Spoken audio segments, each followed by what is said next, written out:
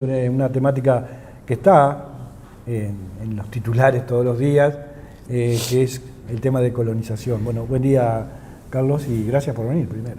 Bueno, no, es al contrario, gracias a ustedes por recibirnos y un gusto siempre estar con ustedes. Bueno. Y con la audiencia, ¿no? Bueno. Empezaron a explotar las primeras bombas. Yo estaba haciendo una lista antes de que tú vinieras de las cosas que, bueno, ya tienen que estar trabajando fuertemente y tratando de visualizar también la hoja de ruta, no solamente a nivel parlamentario, sino también a nivel del Poder Ejecutivo, cuando se nos viene la rendición de cuentas la próxima semana. Capaz que es una caja de Pandora que se abre para las nuevas autoridades, veremos qué pasa. Pero vamos a colonización. Primero, colonización fundada ya por el año 48 en el gobierno de Valle Verde. ¿Cuál fue la filosofía de la formación de ese Instituto Nacional de Colonización? La filosofía de decir, bueno, vamos a crear esto. Vamos a la génesis. Sí. Yo creo que ahí capaz se pone un poco más a Valle Ordóñez, que yo creo que ahí Uruguay empezó con el nuevo reformismo. Yo creo que ahí empezó toda una política hacia la investigación y el desarrollo agrícola importante, y es la base de lo que hoy tenemos. Valle Ordóñez ya a principios del entre 1903 y 1910, generó una estructura que es la que hoy tenemos de centros de investigación y de estaciones experimentales. Y en ese proceso que fue haciendo la política de Estado de nuestro país, que fue admirada en el mundo. Claro, y yo creo que en ese contexto hubo profunda reforma, muchas cosas que trae Valle Ordóñez cuando viaja a Europa. Exacto. Para instalarlas acá en nuestro país, ¿no? Y yo creo que eso, en ese contexto es que nace el Instituto Nacional de Colonización, claro, como una herramienta para dar para afiancar a los pequeños, medianos productores en el medio rural y fomentar un desarrollo y un arraigo en los territorios. Creo que en ese momento, no sé si se hablaría o no, pero todo el tema de la descentralización y el desarrollo territorial que él proponía, claro, y que estaba basado en un desarrollo agrícola importante, o agropecuario, mejor dicho. Bueno, y ahí se fundan las bases del Instituto de Colonización, que fue muy hoy en día es una política de Estado que es muy admirada desde afuera de nuestro país. Nosotros a veces no le damos el valor que tiene. Pero en realidad toda esa estructura, yo siempre creo que es bueno que nosotros miremos con perspectiva histórica estos procesos, que son peleados, que son discutidos, que son amalgamados entre la sociedad. Y si venimos a la época reciente, podemos mirar la política de lo que fue la transformación de la matriz energética y que fueron políticas acordadas, y que hoy también Uruguay en eso es un ejemplo en el mundo, con más del 95% de una matriz energética en base renovable. No hay otro lugar en el mundo que tenga esa. Como la eólica y todo lo que se ha ido llevando a cabo a lo largo y ancho del país. Y eso hoy nos permite a nosotros hablar de movilidad eléctrica, pero sin emisiones reales. Sí. Porque en otros lugares están con la movilidad eléctrica, pero su base energética para producir energía eléctrica es no renovable. Entonces las emisiones siguen igual. Bueno, acá pasó un tema, que la compra de esta estancia, ¿no? María Dolores, ahí en Florida. Yo decía en el arranque del programa que es dolores de cabeza que le está causando al gobierno. Capaz que, a ver, ¿por dónde viene la mano para que lo que es hoy la oposición, o sea, la coalición republicana, esté marcando, ¿no? esta compra de unas 4.400 hectáreas, unos 32 millones de dólares, etcétera? Pasa por, a ver cómo lo ves vos, porque el tema que de pronto el secretario, el Pacha Sánchez, lo dice en un momento que quizás fallece el Pepe y se ata una cosa con la otra, y ahí eso agarra algo que queda como entrampado en esa situación, y sale la senadora Graciela Bianchi con los zapatos de fútbol de punta, con los tapones de punta, y el amigo Da Silva acompañando, y ahora tenemos un show. A ver, ¿cómo lo ves vos? Sí. A ver, está bien la pregunta, pero capaz que yo para responderte la separamos en dos partes. Dale, a ver. Por un lado, cada uno tiene libre de hacer los juicios que quiera. A mí me gusta más bien fundamentar por qué se tienen que hacer las cosas, y después que cada uno asuma las consecuencias de por qué dice que no. Claro. Creo que lo oportuno, capaz, del momento que cuando se da a conocer a la opinión pública, creo que distorsionó un poco. A ver, son momentos muy especiales. Claro, muy sensibles. Para todos quien conocimos a Pepe, quien militamos dentro del Frente Amplio, y en especial en el MVP, fue un momento, bueno, duro, y sin duda en esos momentos uno no es nada reflexivo, sino más bien más pasional. Es muy pasional, y yo creo que fue un poco de Pacha que hizo ese anuncio en ese momento, desde el corazón. Y creo que eso distorsionó el proceso que se venía haciendo con esta decisión. Aclarado eso, pasamos a la decisión. Con respecto a la decisión, no hay nada para objetar desde el punto de vista ni legal, ni programático. No es una decisión que se tome, que esté fuera de norma. Entonces, en ese sentido... No es una cifra que, por ejemplo, si dividimos entre la cantidad de hectáreas, esté inflado. No. Está dentro de la racionalidad. Claro, y podemos hablar un poquito de cada una de esas cosas. Dentro de lo programático, dentro del programa de gobierno actual, del Frente Amplio, dentro de las 48 prioridades que se nombraron, está el fortalecimiento del Instituto Nacional de Colonización, volver a retomar la iniciativa que tenía en la adquisición de tierra, que se había perdido y se había enlentecido en el periodo anterior. Creció mucho entre el 2005 y el 2019 en los 3 periodos de gobierno de Frente Amplio. Sí, fue uno de los periodos y ahora bajó en el último periodo. Incorporación de tierra al instituto, y en el periodo anterior, se le sacaron recursos, y eso se vio menguado su posibilidad. Hoy este gobierno cambió el gobierno, y eso es parte del juego político republicano, y bueno, este gobierno tiene otras prioridades, y entre ellas está el fortalecimiento del Instituto Nacional de Colonización. Tiene una meta en el quinquenio, que son incorporar 25.000 hectáreas, o sea que, y si vemos la superficie de estas 4.404 hectáreas, si uno lo pone por año de quinquenio, es más o menos la meta, es una meta razonable para el primer año, para empezar, y la oportunidad, eso dentro de lo programático está.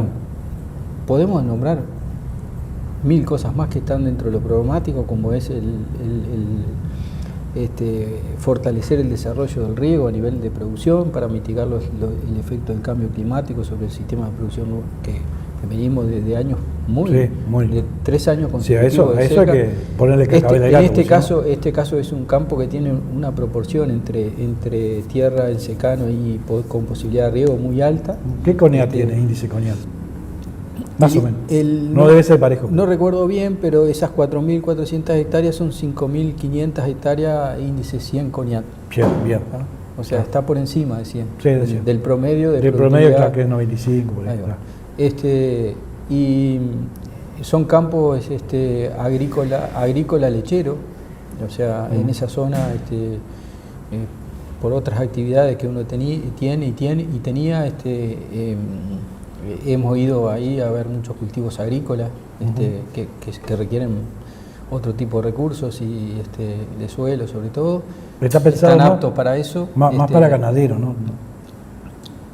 ¿Cuál es la idea del instituto? Estos suelos son agrícola lechero, tiene posibilidad de hacer ganadería porque tiene un encierro con una capacidad de 8.000 cabezas. Bien. En este caso, A ver, yo venía con el tema de lo programático, porque si no nos desordenamos. Nada, dale. Venía después el tema de la necesidad de las organizaciones que están en el sector, que le han reclamado al Estado, porque son sus bases programáticas, tienen dentro de sus principales puntos el acceso a la tierra, para tratar de poder seguir manteniendo la población en el campo y sobre todo los más jóvenes, que se les dificulta porque el valor de la tierra es un bien escaso y va en aumento, y en el proceso histórico siempre ha ido. Exacto, es algo finito, no se produce más. No. O sea, no hay a la escala de la vida humana no se produce tierra. Claro. Entonces va a seguir aumentando valor. Eso, tanto Comisión Nacional, la Asociación Nacional de Productores de Leche, bueno, las cooperativas agrarias federadas, todas tienen en sus bases programáticas el reclamo hacia el Estado de poder facilitar el acceso a la tierra, sobre todo para los más jóvenes. Y también hay otro tema, que los sistemas de producción cada vez se hacen más intensivos y van aumentando escala. Entonces también para nosotros poder mantener los productores que ya están, tenemos que dar la posibilidad de que tengan más escala. Claro. En el caso de la producción de leche, el 50% la producción de leche más o menos ocupa un 5% del área agrícola del país, y pecuaria del país, y de eso la mitad es bajo arrendamiento. Y ahí juega un papel muy importante el Instituto Nacional de Colonización. Por lo tanto, también se le hace lugar a un requerimiento de las principales gremiales que están abocadas al sector. Hay algunas que están más distantes y se han manifestado en contra. Bueno, ellos tendrán sus razones y asumirán sus consecuencias después o sus reclamos, pero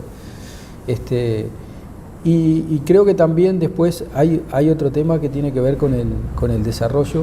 O sea, también en las bases programáticas está el desarrollo, y ese desarrollo con equidad. Entonces, para eso, y distribución. Y para eso es muy importante cómo se descentraliza el desarrollo, cómo se va al territorio. Y en este caso está enclavado en una zona que no solo tiene valor el campo por sus recursos naturales, como dijimos, el agua, la tierra, pero también por lo logístico, por el lugar donde está. Claro. Que está a 18 o 20 kilómetros de dos plantas con una prole, que está cerca de los principales, hay plantas frigoríficas muy importantes que están en un radio que también lo hace muy versátil. Y voy a lo que tú decías, podés hacer lechería, podés hacer ganadería, para el Instituto Nacional de Colonización se está pensando hacer una base prioritariamente hacia la lechería. Se presentó el otro día en la Comisión de Senado el proyecto, y son entre 15 y 6 tambos que se pueden instalar ahí. Eso también con 2 campos de recría, un banco de forraje, que no solo campo de recría y de forraje, que sería, digamos, como cooperativo, como un trabajo en común, ahí lo que se hace, como hace a veces la Asociación Nacional de Productores de Leche en algunos campos donde los remitentes eso es bien importante. Eso ya hay experiencia. Eso es bien importante. Es importante ese campo en ese lugar y en esa zona, porque hay experiencias asociativas importantes en el sector lechero. Está la Asociación de Productores de Leche de San Ramón, la de Florida, que ya tienen campos de recría y campos y bancos tienen de ejercicio forraje, de cómo se da y de manejo colectivo, y con muy buenos índices de productivo. ¿A cuántas familias puede llegar eso? No es mucha, no son mucha cantidad de familias, ¿no? Porque ahí tenemos que pensar en cómo tenemos que dividir ese campo. Sí. Bueno, está pensado en el área lechera, que creo que son unas 2.000 hectáreas más o menos que se presentó. Eso da para entre 15 y 16 tambos. Eso habrá que ajustarlo bien. ¿Sustentables? Y eso, sí, claro. Sí. Porque la lechería, vamos y venimos. Sí. Ahora hablamos un poquito de eso y las perspectivas que hay para el futuro con la lechería, pero es uno de los rubros, y es uno de los rubros que más derrama, eso multiplica por 5 o 6. Se estima que puestos directos son entre 140 y 160 puestos directos de trabajo, aparte de los servicios que se necesitan para abastecer esos 15 y 6 tambos. Está entendido. Aparte de eso, va a haber unas 1.000 hectáreas que se van a hacer cultivo, y eso... ¿Y quién lo maneja eso? Y eso lo van a manejar las asociaciones. La propia asociación. Como estima, ya hay ejemplos. Claro, se cerca, estima ¿no? que aparte de esos 16 productores que van a estar ahí produciendo, hay un beneficio a través del campo de cría y del banco de forraje que involucraría más o menos 100 productores más. Bien. ¿Cómo se eligen esos productores? Y después habría una parte, sí, que se puede destinar a la producción y encierre de ganado, que eso habría que ver. ¿Como feedlot o algo de eso? Y se está negociando con algún otro operador. Eso habrá que verlo también con las plantas que están, a ver qué interés tienen. O sea, ¿plantas frigoríficas? Tiene muchas puntas abiertas, porque la ubicación del campo, los recursos que tiene el campo y la infraestructura que tiene el campo da para pensar. ¿Y cómo se accede a él? El acceso, la demanda. Sí. Eso es bien importante. ¿Hay demanda o no hay demanda? Eso, si hay demanda, no hay demanda. Colonización. ¿Hacemos una gran reforma agraria? ¿Después tenemos gente para hacer por la reforma agraria o no la hacemos? En el caso de la lechería, Colonización tiene unas 1.700 demandas de familias demandando campo. ¿Ah, sí? En el caso de lechería. ¿Sí? Bien. Y eso da un promedio de unos 120 familias por año que están demandando, o sea que es algo, una demanda insatisfecha que hay. Claro. Y por la zona que está, más todavía. Están en el centro de la cuenca lechera, claro, entonces está más que asegurada la demanda, ¿no? O sea, no se va a poder. No hay problema. En eso no hay problema. Tampoco hay una cosa que se dijo y hay que desmitificarla, que el instituto no tiene recursos. Y el instituto tiene en el Ministerio de Economía y Finanzas recursos sin ejecutar por 104 millones de dólares. Bien.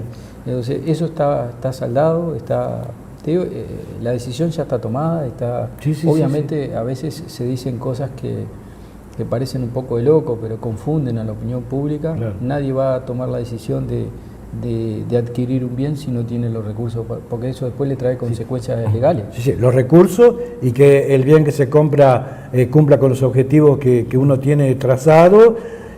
Ahí hablaron hasta de un campo lleno de garrapatas y otro decía, se llevan todos los implementos de riego que hay. Eso una locura. Eso está más que demostrado. Entre otras cosas, la opción que hace el instituto para comprar este campo es por el artículo 35 de la ley 11.029, que es la ley de colonización, sí, y es el mecanismo más usado y más transparente que tiene el instituto, porque tiene que comprar en igualdad de condiciones de un acuerdo que ya está hecho con privados. O sea, los privados, antes de enajenar un predio que tenga más de 500 hectáreas, tiene que presentar la opción al Instituto Nacional de Colonización. Y tiene 20 días.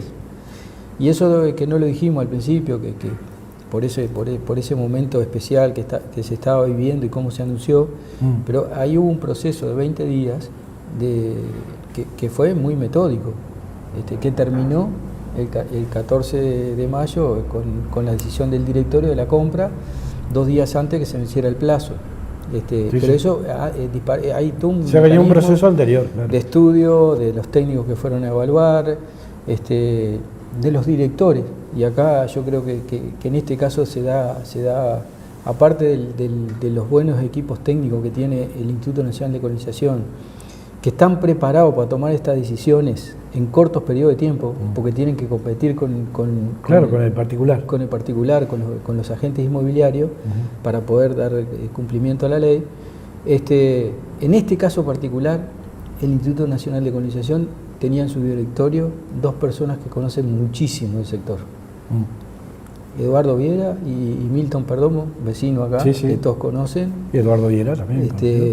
Y Eduardo Viera, que es un excelentísimo colono, y creo que ellos en particular fueron a ver el campo también, y son gente que conoce mucho el sector. Claro, de toda la vida. Y bueno, eso le da también una tranquilidad y una seguridad para quienes estamos promoviendo este tipo de herramientas, que esto es una decisión muy bien tomada y que va a tener un derrame muy grande. La lechería, y vos me preguntabas, la lechería genera, ingresa divisos en promedio unos 850 millones de dólares por año a nuestro país, con el 5% del área. Y eso, hay unos 3.000 productores involucrados y unos 15.000 operarios que trabajan en las plantas. Sí, sí. Eso tiene un derrame muy importante en nuestra sociedad. En este caso se dice que de ese campo y de esas 3.000 hectáreas, según Conaprole, se está facturando entre 8 millones y medio, 10 millones de dólares por año. Yo tiro esta cifra para que la gente relativice lo que es el valor del campo. Claro. Eso se genera y eso multiplica por 5 o 6, o sea que serían 60 millones de dólares que estarían girando entre Florida y San Ramón. Con una inversión que fue primaria de 32 millones y se derrama todo. La temática, claro, de la lechería está muy complicada. Una cosa que vos me preguntaste, la expectativa futura de la lechería. Eso porque, bueno, la lechería, por un lado, y es un tema de la oportunidad de la compra que va en ese sentido, que hace sinergia. Hoy se están cerrando plantas en nuestro país porque no hay materia prima. Calcar tuvo problemas de abastecimiento. Hoy se está reabriendo, pero el principal problema para que empiece a funcionar a pleno es que no tiene leche.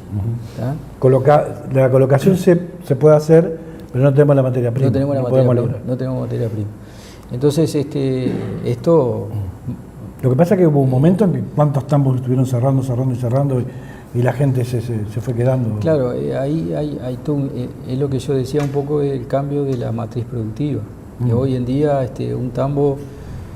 tiene que estar arriba de las 100 vacas en ordeñe para poder ser sustentable.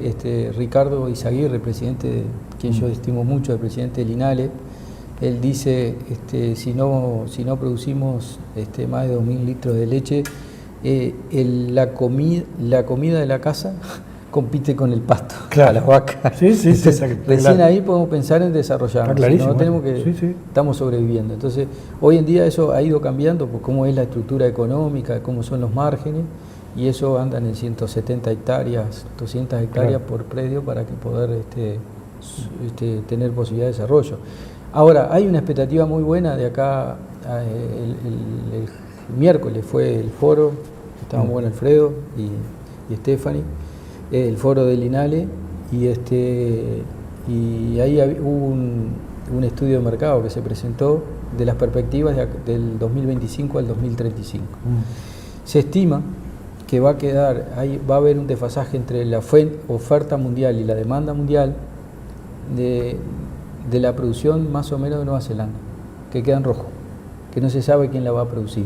Entonces ahí también hay un nicho para Uruguay poder seguir creciendo, y esto va en la línea del gobierno, que necesitamos seguir desarrollándonos para poder mantener el gasto social que tiene nuestro país, para no seguir aumentando el déficit. Ahora, para hacer eso hay que invertir, como cualquier y aparte tenemos un ciclo biológico que cumplir, porque todos aquellos tambos que se han desarmado y quizás los vientres que se fueron a remate y todo eso, de un día para otro no se pueden. Esto no es como comprar un celular. O sea, hay un proceso biológico que hay que hacerlo, y esto va a llevar años. Eso lleva un proceso. Porque llegó un momento en que las lecherías, los pequeños productores y medianos productores, cayeron como un dominó. Y eso tuvo que haber repercutido indudablemente en la producción también. Sí. Incluso con algunos pensamientos de algunos que vinieron para producir no sé cuánto y no sé dónde están ahora. Lo que cambia es la ¿Qué pasó con esa gente? Lo que cambia es la distribución. La producción de leche va en aumento. ¿El mapa decís vos? Claro, se concentra, como pasa en todos los sectores. Entonces, quien no puede llegar a ese umbral de las 100 vacas, de las 1.700, de las 170 hectáreas, 200 hectáreas, evidentemente esa competencia que se da entre la comida de la vaca y la comida de la familia, por hacerlo gráfico. ¿Y eso cómo se arregla? Y bueno, y se agrega con estas políticas. Si nosotros no tenemos esta política, si no tenemos estas políticas de Estado que puedan dar, que puedan poner esos recursos a disposición de la gente que sabe producir, que tiene, en este caso, una cadena que tiene una integración como ninguna, porque los tamberos tienen desde las escuelas de lechería con la UTU, los centros de investigación, en INIA, un instituto paraestatal especializado que por eso pudo hacer este proyecto en tan poco tiempo y con un nivel de detalle impresionante, que la verdad creo que nos deja muy tranquilo a todos y sobre todo con esa mirada de los directores que saben del tema. Ya saben del tema. Esto da para largo, lamentablemente nos tenemos que ir, pero quedan muchas preguntas en el tintero. Yo creo que así podemos volver de vuelta. Yo creo que sí, va a tener que volver. Y la próxima traemos el mate, porque acá no hay. Tenía ganas de tirarte un par de preguntas, lo que pasa es que si te tiro un par de preguntas van a quedar en el aire, no las vamos a poder contestar, bueno, y mejor las hablamos en otro momento. Le damos un poco de expectativa. Sí, le damos un poco de expectativa. No, porque pienso así, en líneas generales, cómo se fue cayendo el tema de la lechería en nuestro país en los últimos años, incluso en el último gobierno Frente Amplista, digo, que cerraron una cantidad enorme de pequeños pequeños tambos o medianos tambos por una serie de circunstancias que no las podemos analizar en este momento. Y tú dijiste al final política de Estado, pero para que sea una... Porque ¿qué pasa? Tenemos un gobierno 5 años, Frente Amplio, después no sabemos lo que va a pasar, porque no tenemos la bola de cristal. Si es política de Estado, lo ideal sería que con seriedad se sentaran todos los actores, los que están al frente del gobierno, los que están en la oposición, y dijeran, bueno, tenemos esta línea de trabajo, vamos tras de ella y vamos a hacerlo, para no cortarla, porque si arrancamos ahora y en 5 años la cortamos, vamos a estar cada vez peor. Y si tenemos esos nichos, como decís vos, de que la producción de Nueva Zelanda no se puede, digamos, cubrir porque la demanda es mucho mayor que la oferta y lo que todo el mundo necesita, cuando alguien va a hacer un negocio dice, ¿qué nichos tengo? ¿Qué posibilidad tengo? Pongo este negocio, pero ¿cómo hago para que dé frutos? Si tenemos los frutos a mediano y largo plazo, bueno, tengamos una política de Estado para eso, ¿no? Sí, yo creo que ahí... Casi es el cierre. Sí, yo creo que sí, hay que hacer es bien interesante lo que vos decís, sobre todo cuando entramos a hablar de temas de producción, son muy a largo plazo. Muy a largo plazo. Claro. La industria es muy a largo plazo. Claro. Hace inversiones que se amortizan 20, 25 años. Sí. En el caso de la tierra, mucho más. Mucho más todavía. Pero es bien importante. Ahora, hay una cosa que nosotros tenemos que, me parece que con responsabilidad política, más allá de los partidos, hay que... La participación social de las organizaciones civiles son muy importantes para mantener los derechos que se logran, porque así como se consiguen, se pierden. Se pierde más rápido de lo que se consigue. Entonces, en esto hay que ser muy claro y creo que nosotros como Uruguay tiene una política que tiene que irla evaluando y eso, pero tiene una diferencia, que tiene organizaciones de la sociedad civil potentes, organizadas, que hacen síntesis, que discuten, y eso es bien importante, desde el PICNT hasta la Asociación de Productores de Leche, Comisión Nacional de Fomento Rural, Cooperativas Agrarias Federadas. Bueno, son lugares donde se hace síntesis y se exige. Y yo creo que eso es fundamental. Exacto. Para mantener y seguir avanzando como sociedad. Yo lo hablaba el otro día con Ariel Huarco, que estuvimos en la CEPAL en el lanzamiento en Chile del Año Internacional del Cooperativismo. Que estamos en el año. Estamos en el Año Internacional del Cooperativismo. Se hizo el lanzamiento para toda América y nos invitaron a hacer una charla sobre innovación, un poco por mi experiencia en el cooperativismo. Y hablábamos justamente de eso, la diferencia entre Uruguay y Argentina, más allá del tamaño, ¿no? No, claro, por supuesto. En el fútbol, ¿estamos ahí? Estamos ahí, sí. Ahora sí, estamos complicados después de anoche, pero bueno, eso lo borramos. No, pero yo le decía, digo, la gran y coincidíamos con él, la gran diferencia es que a veces en Argentina cuesta encontrar esos lugares, claro, por la escala, por el tamaño, por distintas cosas, donde la sociedad puede hacer síntesis y se puede, algunos que tienen más condiciones más parecidas, ponerse a discutir sobre lo que quieren para el futuro. Eso es muy importante. Es muy importante, sí. Bueno, Carlos, muchas gracias por venir. Nos quedó un montón de... No, estamos a las órdenes. Sí. Andamos con el equipo, con el Kiko. Contamos con el Stephanie. Saludamos a Stephanie y al amigo... Viste que esto es una propuesta, no hablábamos, pero sí, estamos aprendiendo en este nuevo rol. Pero hay mucho para aportar. Pero esto es una propuesta del MPP que viene trabajando hace tiempo en el territorio y era tener alguna representación acá en la zona. Y esa representación no es solo legislativa, sino del legislativo nacional, sino también departamental y territorial, en otros barrios también, y cómo podemos empezar a cruzar para que las cosas puedan fluir un poco mejor. Y que la gente conozca a fondo las temáticas y se pueda involucrar, ¿no? Que se involucre, que eso es muy importante, involucrarse. Sin duda, sí. Eso es muy importante. El compromiso. Y ustedes son fundamentales en eso. Bueno, muchas gracias. Nosotros estamos a las órdenes, sabés que a nosotros nos entusiasma mucho todo esto y desmistificar de alguna manera algunas cuestiones cuando vienen así y darle para adelante. Lo que más queremos es eso, ¿no? Porque es para el bien común, ¿no? Indudablemente. Yo siempre les agradezco muchísimo al canal y siempre la atención que tienen para con nosotros. Los agradecidos somos nosotros. Y estamos a la orden. Y te quedó una lista acá para contestar después. Me mudo, contala. Y gracias por venir, Carlos. Bueno, muchas gracias. Gracias a Kiko también por hacer los contactos y a la gente que te acompaña. Carlos Reyes, acá con nosotros, con este tema de colonización. Es un tema que seguramente va a seguir dando que hablar, pero lo importante es saber cuál es el camino que se quiere continuar, qué es lo que se quiere hacer y a dónde apuntamos. Y eso es bien interesante. Nosotros con esto ya nos estamos despidiendo, porque un poquito la agenda complicada de Carlos nos llevó a hacer el cierre antes de que Carlos viniera. Así que con mucho gusto nos reencontramos el próximo lunes. Que pasen ustedes bien, que disfruten el fin de semana. Será hasta entonces, como dice la Trini, listo el pollo, pelada la gallina, se va Carlucho Paltala. Nos vemos el lunes. Chao, chao. Presentó el espacio Ya. Estamos cerca, estamos siempre. Hoy viernes